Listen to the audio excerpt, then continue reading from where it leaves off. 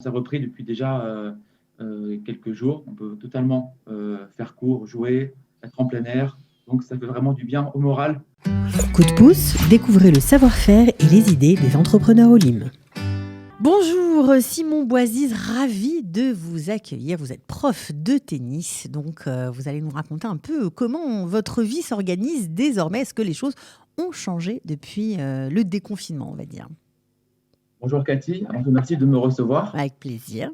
Alors juste, c'est Simon Béziz. Ah, Pour revenir Béziz, sur pardon. ça. Bah alors voilà, Pas mais de toute façon, je de suis coutumière d'arranger à ma façon les noms. Alors, Simon Béziz, ok. Il n'y a aucun souci. Donc, vous êtes prof de tennis, vous êtes en Israël depuis combien de temps? Alors, j'ai fait mon alia il y a déjà 7 ans, en 2014. Ok. J'ai fait un programme Massa en venant ici pour découvrir le pays, la culture. J'ai appris aussi l'hébreu à l'Ulpan.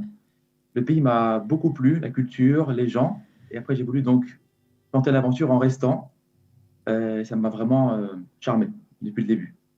Ça vous a charmé parce que c'est toujours assez étonnant parce que vous êtes venu, en fait, au départ, c'était pas pour rester, quoi. Du tout. C'est faire juste un essai, quelques mois, et repartir en France ensuite. Et l'essai s'est avéré concluant. J'ai aimé vivre ici et aussi y travailler. J'ai commencé par faire des remplacements dans des écoles, juste après mon programme Massa. Et ça m'a plu. J'aimais enseigner ici en hébreu, avec les enfants, dans les écoles. Ensuite, j'ai commencé à me mettre aussi dans le coaching tennis. J'étais toujours été dans le tennis en France depuis déjà des années. J'ai commencé à faire du tennis en Israël, à travailler ici, et ça m'a plu. J'aimais enseigner avec différents acteurs, les différents publics aussi. Et vraiment, j'ai été vraiment, encore une fois, conquis Alors, par le pays. j'imagine que vous avez été quand même, malgré votre amour pour le pays, vous avez été mis à l'arrêt, en fait, pendant tous ces mois où la vie s'est un petit peu arrêtée en Israël. Vous en êtes où aujourd'hui? Comment ça se passe pour vous? Alors, il y a eu vraiment effectivement des hauts et des bas. Depuis un an que ça a commencé, il y a eu différentes étapes, les confinements, comme vous savez, qui ont été voilà, à répétition. Maintenant, ça va beaucoup mieux, heureusement, mais ça a été vraiment long d'en sortir. Il y a eu, on a été à l'arrêt pendant de nombreux mois. C'était, on pouvait jouer, puis on ne pouvait plus jouer, et différentes conditions, donc c'était vraiment très compliqué. Maintenant, ça repart. On peut à nouveau être sur les terrains, enseigner, jouer. Mais Donc c'est vraiment, c'était un important, an c'est compliqué. important de le dire, hein, à tous les parents qui ont aussi payé des chougim à leurs enfants. Bon, ils doivent être au courant, mais c'est bien de relayer encore une fois l'information. Les chougim ont repris, les cours privés ont repris, tout a repris en fait. Oui, totalement. Ça a repris depuis déjà quelques jours. On peut totalement faire court, jouer, être en plein air. Donc, ça fait vraiment du bien au moral. Vous le savez, c'est trop long d'être à la maison enfermé. Le sport est pour moi, à mon sens, c'est quelque chose de vital pour la santé mentale, pour le bien-être.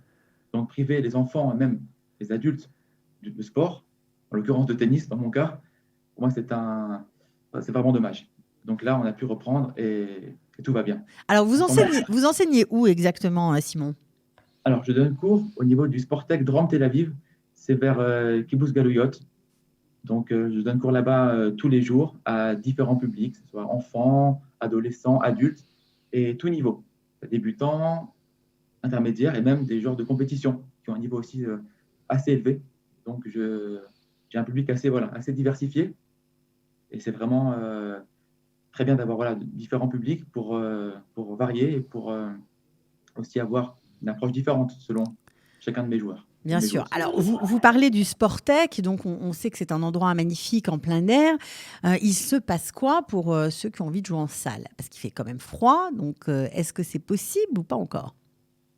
C'est une très bonne question, Cathy. Vraiment, le tennis en salle en Israël n'est pas du tout, mais alors pas du tout à la hauteur. Il n'y a pas de terrain couvert, peut-être deux ou trois dans le nord, à Haïfa, mais c'est tout. Donc vraiment, il y a une vraie lacune par rapport à ça. Il faut réussir à investir dans les terrains couverts, parce que c'est vrai que l'hiver, quand il pleut ou quand il y a du vent, on ne peut pas jouer. Donc c'est très très limitant. Même l'été, quand il fait canicule dehors et qu'il fait 40 C'est très degrés, chaud, ouais, c'est pareil, le difficile. tennis ne peut pas être pratiqué. Donc vraiment, c'est un sujet qu'il faut approfondir, où il faut aussi investir. Vraiment. Non, investir dans des terrains couverts pour permettre peut-être aux tennisman israéliens eh bien, de continuer d'améliorer leur niveau. On a du potentiel d'après ce que vous voyez? Alors, oui, c'est un pays qui contient des joueurs qui ont vraiment un potentiel intéressant. Après, encore une fois, le manque d'infrastructures fait que beaucoup de ces joueurs partent à l'étranger très tôt. Dès qu'ils sont ceux qui sont vraiment qui ont un talent certain, ne vont pas rester en Israël. Et c'est une vraie perte de voir que ces potentiels, entre guillemets, partent à l'étranger. Ils vont aller en France, en Espagne, en Russie, et ne restent pas ici. Donc il faut vraiment, dès maintenant, prendre le problème à la source, commencer à créer des terrains, créer des académies de tennis ici, car les conditions sont bonnes.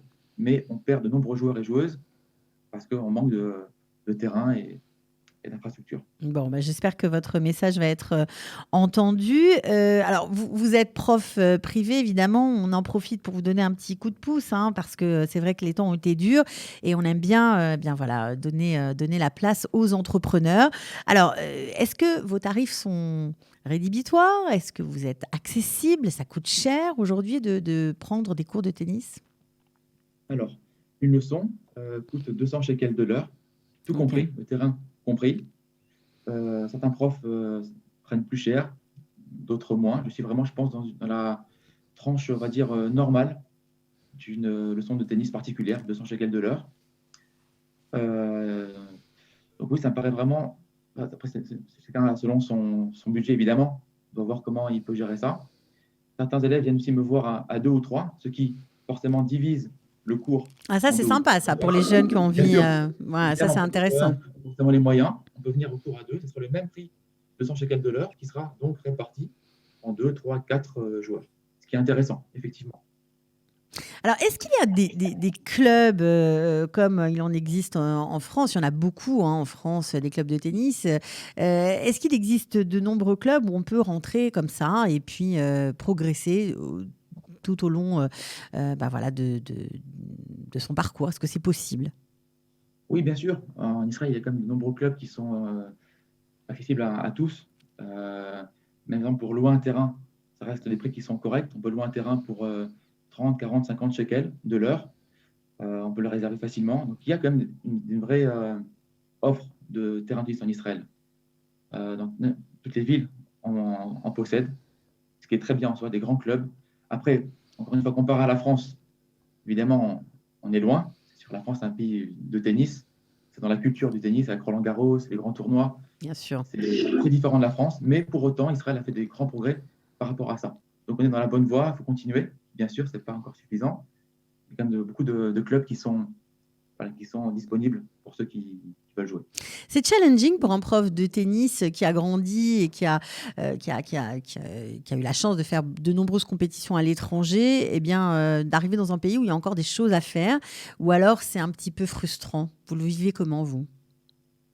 Vraiment comme un défi, plus comme un défi. La frustration, on la voit au début dans les premiers mois. On voit le constat, on le fait très vite. Ensuite, on tire le trait, on passe le cap et on se projette vers l'avenir. Il faut voir que c'est un défi à relever en tant que coach au quotidien, d'essayer de vraiment motiver les gens à venir jouer, à s'entraîner.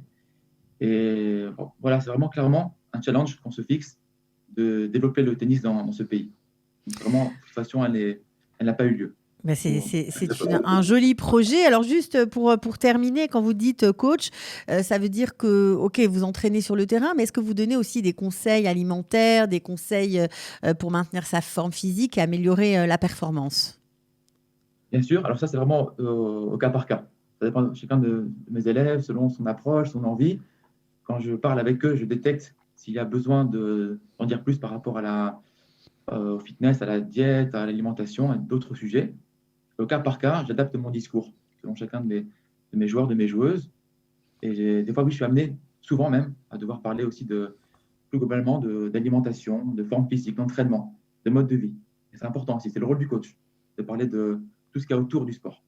Bon, alors Simon Bézi, si on a envie de vous trouver, peut-être sur Facebook ou de rentrer en contact avec vous, voilà, parce que vous nous avez donné envie d'en savoir plus sur votre façon d'enseigner, de travailler, on fait comment? Alors, c'est très simple. J'ai une page Facebook Simon Tennis Coach, ainsi que sur Instagram. On peut me trouver voilà, en rentrant Simon Tennis Coach, aussi sur Google, Facebook, Instagram. Je serais ravi de vous conseiller si besoin. Voilà, alors plaisir. si vous avez envie, vous aussi, de changer le visage du tennis en Israël, un coach qui a plein de projets et plein d'envie d'améliorer ce sport ici, pour nous, pour vous tous, eh bien, vous pouvez le contacter, n'hésitez pas. Merci en tout cas, Simon, d'avoir été avec nous. Merci à vous, Cathy. Merci Mais de beaucoup de rien, et m'avoir puis reçu. bonne chance pour la suite. Merci beaucoup. Coup de pouce, découvrez le savoir-faire et les idées des entrepreneurs Olim.